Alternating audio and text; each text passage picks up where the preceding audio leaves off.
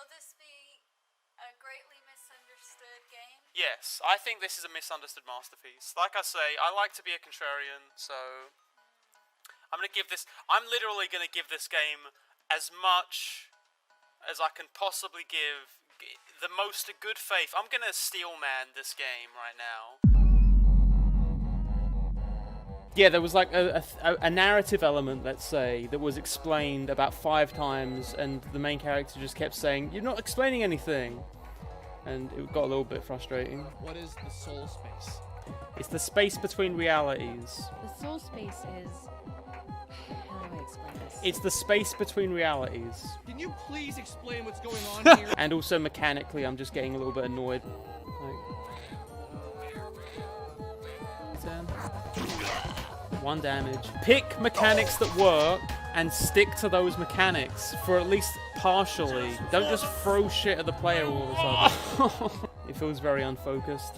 But no judgments yet. We haven't got through it yet. Maybe there's a grand statement being made. Hey man, your mom is all legs. This is all my fault. It's all because of me. Because of what I'm like. No? Maybe they shouldn't have got their voice actors from YouTube. Where exactly did you find out all this?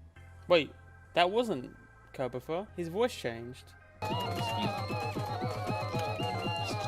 wanted to like it.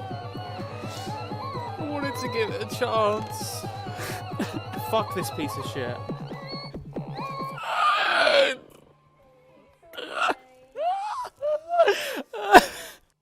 I have some things to say about YIIK. Hey! Before we begin, this video was made with the support of Skillshare. In case you don't know, Skillshare is an online learning tool used by thousands of creators across a variety of disciplines. A service you can use to get educated in the fields of art, business, design and more. The site currently has more than 25,000 classes available, for both experts looking to hone their knowledge of their field, or laymen looking to pick up a new trick. Do you want to learn about all the different filmmaking styles out there and how you can emulate them? Zach Mulligan has a class on it. But whatever it is you're looking for less than $10 a month, you can snag an annual subscription and dive in today, joining more than 7 million users already signed up. As always, I'm also offering a free 2-month trial if you use the offer code listed down below. Now, on with the show. Look, I'm gonna be honest with you all. I have a lot to say about this game, and I've been spending probably the last week trying to make what I have to say somewhat coherent. Currently, we're about 2 days from me being due to show this video to my sponsors. I'm wearing sunglasses because I haven't memorized the script I just finished writing, and I'm filming this from inside a closet. It's a large closet. But I do have a script, which means I have managed to figure out what I have to say. And I think, broadly, it's going to be 3 things. Firstly, I'm going to share with you all some of the highlights in terms of the absolutely bonkers shit both inside this game and surrounding discussion of it, including the use of an actual person's disappearance and death as a plot device, and the presence of a literal red pill in the game used to unlock a secret ending, supposedly handed to you by this guy. All women are lesbians. They do it to get attention. Second, I want to examine why I think it is that so many people hate this game so dang much, and what that might say about how we look at games in general. And thirdly, I want to tackle some of the more difficult questions that I think the existence of this game and the conversation surrounding it poses. Questions about the limitations of art and our criticism of it. Talking about this game brings us to the intersection of the ethics of certain narrative choices as they relate to the real world. Questions about subjectivity and what games can be versus what they should be. Personal beefs about the clumsy handling of real social issues, and some good old-fashioned aggressive readings of media. You could say, my channel was made for this. So I want to squeeze as much constructive conversation out of experiencing this game as I can, even if a substantial part of me wants to scream whenever I think about it. Oh boy! I thought I heard sleigh bells far away, like the background of a Christmas song. But before I go on, there's a good chance you don't even know what YIIK is, or even the fact that it's actually called YIIK, a postmodern RPG, and I've been saying it wrong this whole time. To explain the story of this game is kind of confusing, hence why I brought with me today this visual aid. So here's Alex Eggleston, the main character of the game, a recent liberal arts college grad turned unemployed slacker. So Alex heads home to Frankton, which is basically a pastiche of suburban Americana a la Earthbound, which the game borrows a lot of its style and aesthetics from.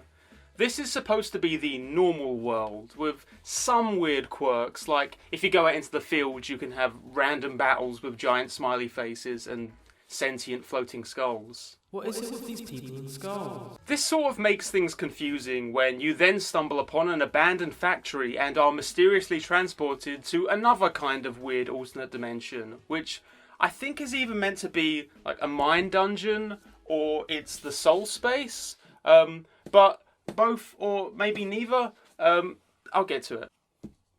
That's where you meet Semi-Pack, a strange girl who appears to live in this reality, who ends up being kidnapped by the weird ghost monsters there. Uh-oh. Uh-oh. Let me be. You promised you wouldn't move me again. Please don't. No. Bye. Bye. And it's an obsession with finding out what happened to her that motivates Alex for a lot of this story. Now, the stuff with Semi is probably the first big source of contention I've seen with a lot of people criticising this game, and I think probably the first really interesting thing to discuss. So, long story short, this is the character who is directly inspired by an actual woman's disappearance and death, and this is explicit because the developers have talked about it at length. So, in YIIK, Semi is a 21-year-old Asian woman whose sudden and mysterious disappearance in an elevator sets off much of the game's plot. In the real world, Alyssa Lam was a 21-year-old Asian woman who mysteriously disappeared in mid-2013 following a strange surveillance video taken in an elevator, which saw Alyssa make a series of strange movements as if being followed by an unseen assailant. The clip went viral, so if you really want, you can find it yourself. Out of respect for the victim, I don't want to play it here. Alyssa was later found dead in a water tank at the hotel she was staying in, with few concrete answers as to the circumstances of her death. As YIIK's lead writer Andrew Allenson explained, he had gotten caught up in the growing online community of those obsessing about the mystery of Lam's death. Eventually, he put a stop to it, but those experiences directly inspired the narrative of YIIK.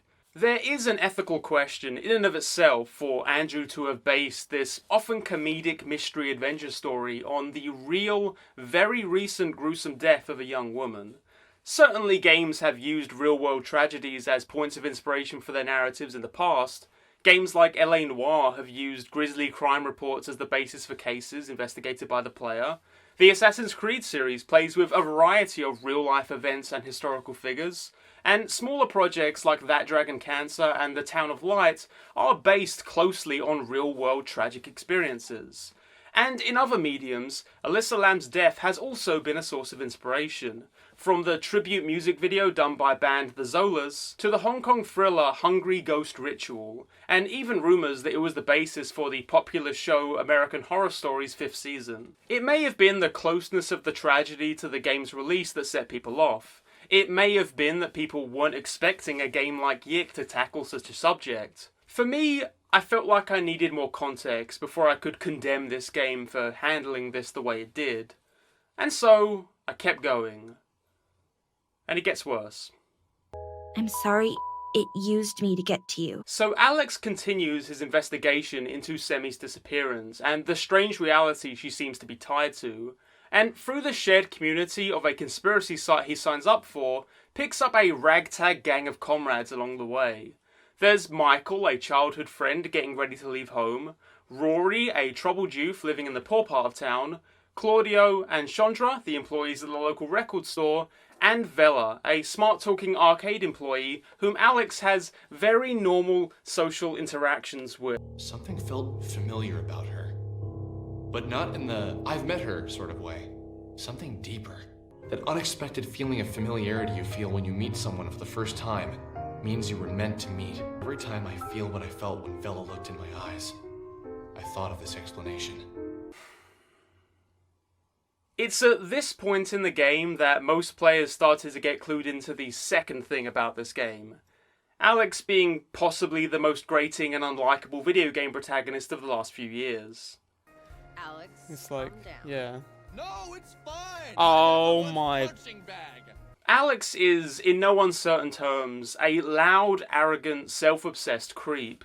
The unholy union of a reply guy and the dude on your college course that always wants to argue with the professor. Across the game, he'll switch between constantly talking down to and over his party members when they're all together. Listen to the sincerity in my voice, and not so much the absurdity of the words I'm Oh, saying. fuck off. Listen to the sincerity of my voice. That... Oh, I've got to go to the toilet. And going on long, aimless monologues about his deep inner thoughts when he's alone. Like first owner where of the barbecue house. belongs. Also its designer. If and it's been an like on elderly oil anything painter. else, it's like But his lungs gave out on him and Ugh. he died the winter before Michael moved in. That was in 1990. He's volatile and short-tempered. In one scene, we'll see him yelling at his own mother for not having the savings to support him after being fired. And in another, we get to enjoy him loudly admonishing an emotionally vulnerable friend in the middle of opening up about his sister's tragic death. And yes, with rare exception, Alex obsesses over every female character in the game. From Alex's perspective, the world essentially revolves around him, and through these monologues, the game makes sure to remind you of that over and over and over again. To this, I'll throw in the curveball that I do not think this is a particularly strong criticism in and of itself. While many of the knocks against this game have centered around how absurdly grating Alex is across the average playthrough, and if having to deal with an obnoxious dick for 20 hours is a bit too much for you, I get it. Okay.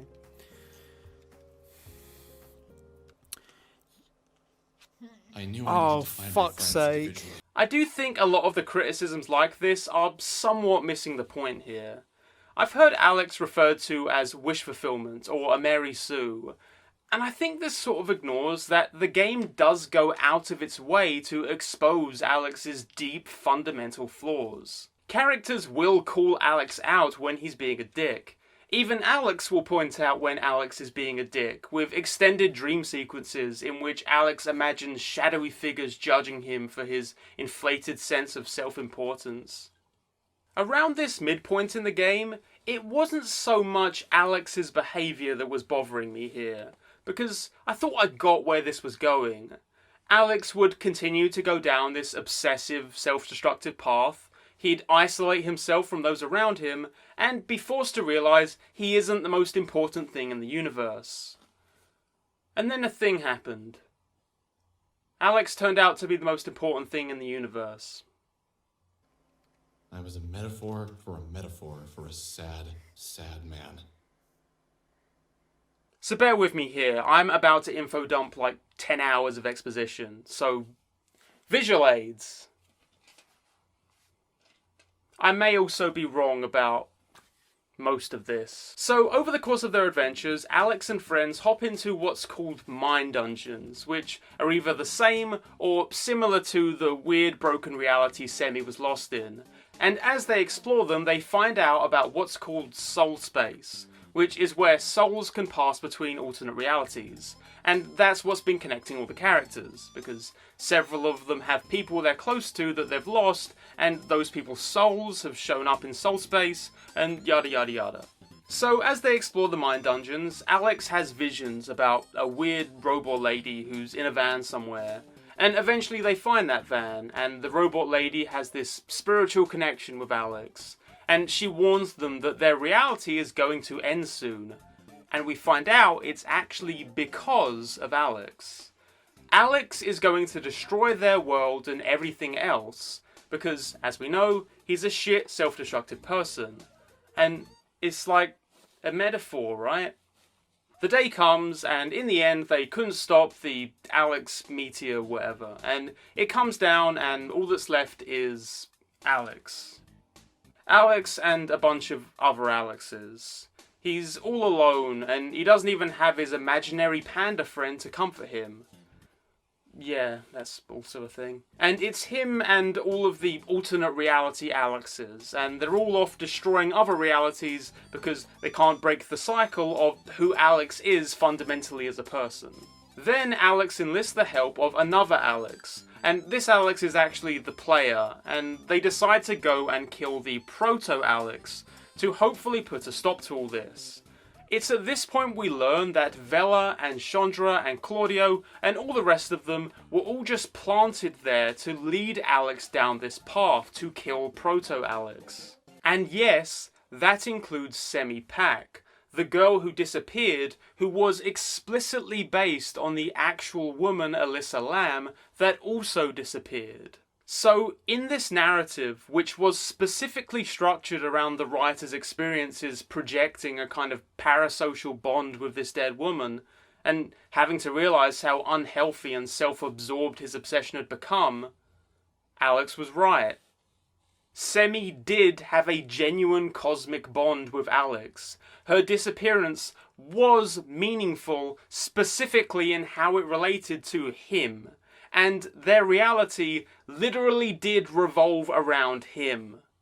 And in the end, the ghost of Semi hugs him and says she's sorry he was lied to, despite how hard he tried to help her, and she appreciated how hard he tried. And Alex destroys the machine separating these various Alexes and unites them in one reality, having learned his lesson and hoping to finally be a better man. They fridged an actual woman so that a fictional character could grow as a person. Oh, okay, so Sammy wasn't important. She was just a pawn, because Alex was really important. Sammy was nothing. Sammy's nothing. Just like Eliza Lamb. She's nothing. It's just there so that Alex can grow. She just disappeared so that Alex could have personal growth. So that he could grow as a character, she had to suffer. Good stuff. There's also a part where Alex thinks all hope is lost before getting a pep talk from the main character of the YIIK developer's previous game, which flopped because it was unplayably buggy.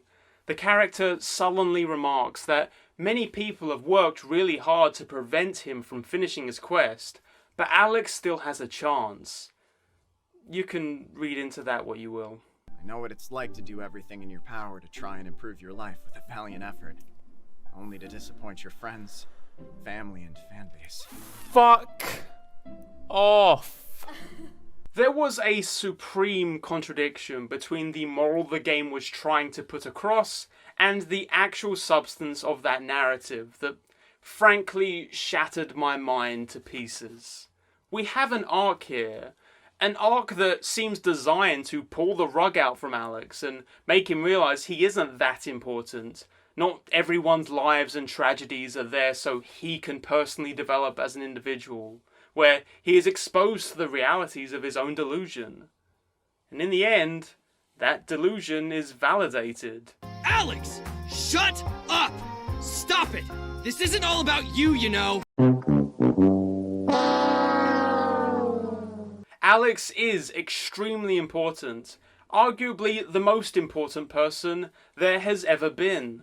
The whole crux of the game revolves around the fact that he has these very deep-seated flaws that he needs to work on. If not, it'll destroy reality itself. And this kind of contradiction is not just in the grand narrative. Though Alex is frequently admonished by his friends for his arrogant and self-absorbed persona, they all end up coming back to him, always here to help him out.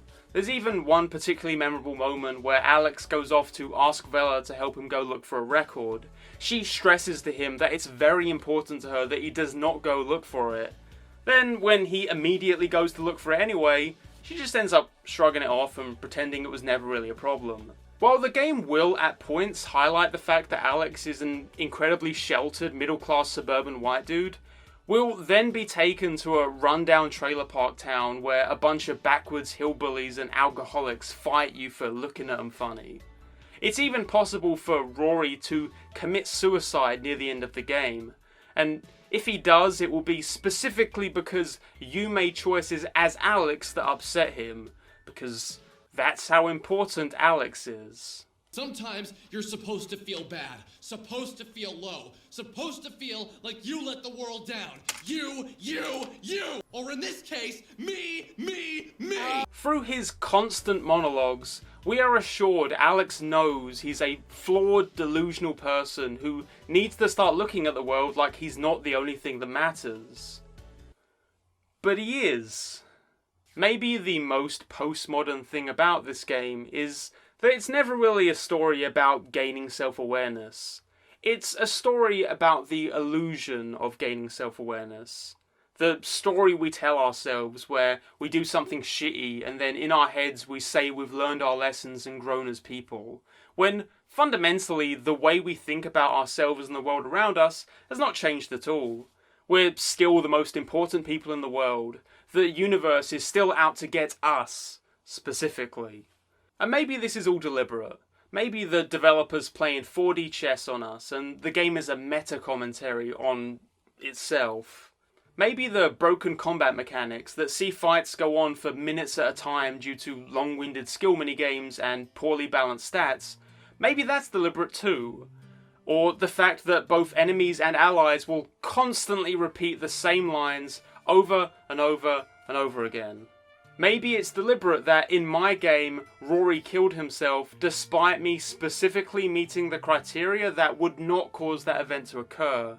And maybe it's deliberate that if that happens, all of the dialogue for the next hour breaks because the game doesn't anticipate Rory won't be there to deliver his lines. I guess it would have to be, because this very easy to repeat bug is still in the game months after release. This is all so familiar! Oh no. Prepare to fight. This is it. I really think they didn't do the thing where it was just like, oh, there's two possible paths the character could go, so we need to test both of them. We need to play test both of them just to make sure No, that they're... one playthrough's good enough. Maybe the incredibly jarring tone that sees scenes rapidly go from real and tragic to irreverent absurdity, that's all deliberate too. I think it's a golden alpaca. Damn it, we need to run! Come on, let's get out of here! Excuse me? Combing through the development logs, I somehow doubt it. Instead, what I think we have is a game that was ambitious. A game where an incredibly small development team really tried to make something big and epic and profound. And in the end, instead of making a profound game, they made a game about desperately wanting to be profound, that sloppily threw in real-world tragedies and muddled political commentary, and ultimately failed to come together. Not in every respect. I think a lot of the music is fantastic. I genuinely love the colourful abstract art style, and some of the dungeons, particularly Essentias, are actually pretty fun. Honestly, I think if they take a lot of the criticisms of YIIK to heart, the developers could really make a great third game that does stick the landing, if it's maybe a little more content doing a few things really well, rather than trying to be this mind-blowing religious experience. I think they can stick the landing, but boy oh boy, they did not do that here. Hey folks, thanks for watching. I know I sounded pretty heated in a lot of the clips throughout this video. If by any chance you'd like to see what brought me to this point, feel free to check out the archived Twitch stream where I went through the entire game live with my viewers. It was actually a really fun experience, and if you'd like to join me playing future games, feel free to do so at twitch.tv/lacksaint. I also want to make clear that as passionate as I am about this game, this does not extend to animosity towards the developers. So please don't use this critical video as an excuse to harass or antagonize them. I don't know them personally, and there's every chance they could strongly disagree with my reading of their work here. In any case, if you'd like to talk more with me about this subject, feel free to leave a comment below or over on my Twitter @LackingSaint. Thanks again to all of my patrons for backing this video. If you'd like to support the channel and maybe even get your name on the credits, feel free to back me over on Patreon or Ko-fi for one-time donations. Patrons at $15 or more also get read out like this, with an extra special thanks to A. Requisant, Kaurara, Evie Rosk, Industrial Robot, Labour Wave Dashing, Malpertuous, Torin the Exile, and an extra special thanks to Pamphleteer and Leftist Tech Support. I'd also like to give a final thanks to Skillshare for generously sponsoring me on this video. Once again, feel free to use the offer code down below for 2 free months of their service.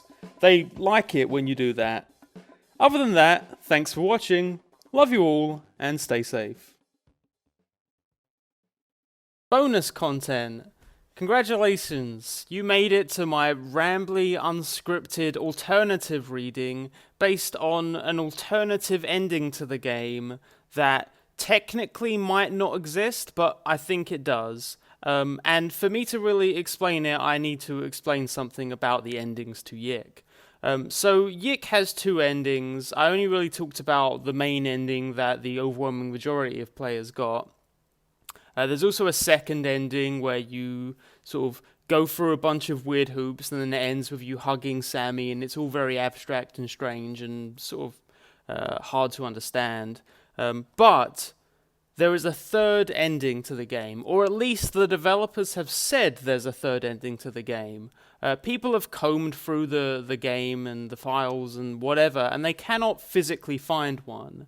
And I'm here to suggest today that the third ending is not physical, it is, as the game often refers to, metaphysical. So, the reading that I gave in the video was based on the notion that there is a contradiction in the narrative, because we have a straightforward fable in which the main character learns a lesson, and then in the end he realizes he needs to be a better person, and he's not the center of the universe, and it's like, but he is the center of the universe, da-da-da-da.